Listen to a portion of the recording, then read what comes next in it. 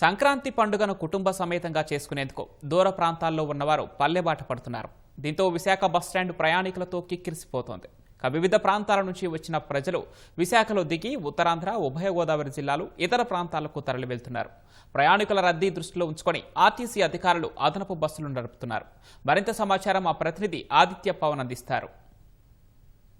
సంక్రాంతి అంటే పల్లె పండుగ.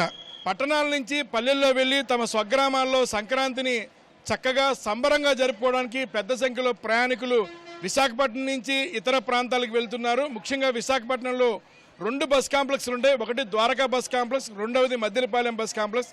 ఈ 2 కాంప్లెక్స్ల నుంచి కూడా పెద్ద సంఖ్యలో ప్రయాణికులు ఇతర ప్రాంతాలకి తమ స్వగ్రామాలకి వెళ్తున్నారు. ఈ 2 రోజులు మొత్తం సుమారుగా 400 సర్వీసులు, అదనపు సర్వీసుల్ని విశాఖపట్నం ప్రాంతీయ ఆర్టీసీ ఏర్పాటు చేసింది. ప్రస్తుతం మనతోటి విశాఖపట్నం ప్రాంతీయ ఆర్టీసీ రీజనల్ మేనేజర్ అప్పలనాయుడు గారు ఉన్నారు. వారితో మాట్లాడదాం. సంక్రాంతి సంబంధించి ఏ రకమైన ఏర్పాట్లు చేశారు, ఇప్పటిదాకా ఎన్ని అదనపు బస్సులు వేశారు? అందరికీ నమస్కారాలండి. ఉత్తరాంధ్రలో ముఖద్వారమైన Visakhapatnam Dwaraka bus station, main bus స్టేషన్లో మొన్నటి నుండి కూడా రద్దీ స్టార్ట్ అయింది. మొన్నటి నుండి కూడా శ్రీకాకుళం, విజయనగరం, పాలకొండ, పార్వతీపురం, అదేవిధంగా పలాస, ఇచ్చాపురం వరకు కూడా అన్ని రూట్లో కూడా విపరీతమైన రద్దీ అయితే ఉన్నది.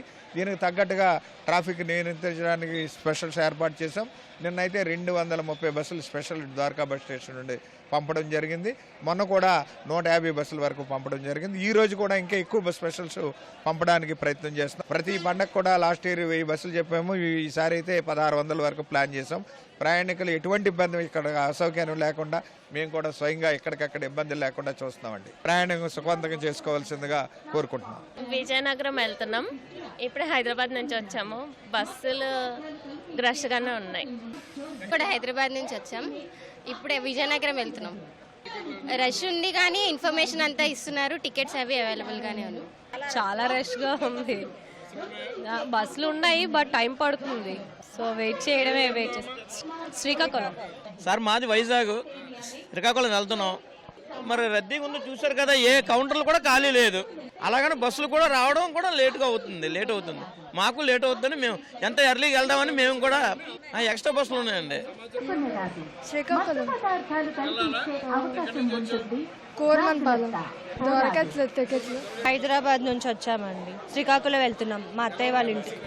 చాలానే ఉంటుంది, ఇంక ఎక్స్పెక్టెడే అది. విశాఖ నుంచి శ్రీకాకుళం వెళ్తున్నాం. చాలా రష్గా ఉన్నాయండి. హైదరాబాద్ ఫుల్గా ఉందండి ట్రాఫిక్. ఏపీఎస్ఆర్టీసీ బుక్ చేసాం, టికెట్ స్పెషల్ చేశారు, అలా వచ్చాం. ఇప్పుడు నాన్ స్టాప్ కోసం శ్రీకాకుళం వెళ్ళాలి. బస్సెస్ ఉన్నాయి, టికెట్స్ ఓపెన్ చేస్తే ఇంకా ముందుకు ఫార్వర్డ్ అవుతాం. హైదరాబాద్ నుంచి వచ్చాను. నేను ఫ్లైట్కి వచ్చాను, కానీ ఇక్కడ బస్సు కోసం వెయిటింగ్.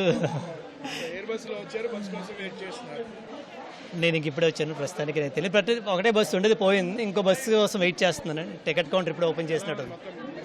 చాలా పండగ రష్ కదా, చాలా ఎక్కువ ఉంది. నేను శ్రీకాకుళం ప్రజెంట్ అయితే లేవన్న. అంత టైట్ సిచ్యువేషన్ ఇస్ బ్యాడ్. మంచిగా లేదు కదా, చాలా రష్ ఉంది. క్రౌడ్ కూడా అంత కంఫర్ట్ లేదు. అంత హైదరాబాద్ నుంచి వచ్చాం, ట్రావెల్ చేసి తినక ఏం చేయక వచ్చాం. అసలు కంఫర్ట్ అనేది లేదు.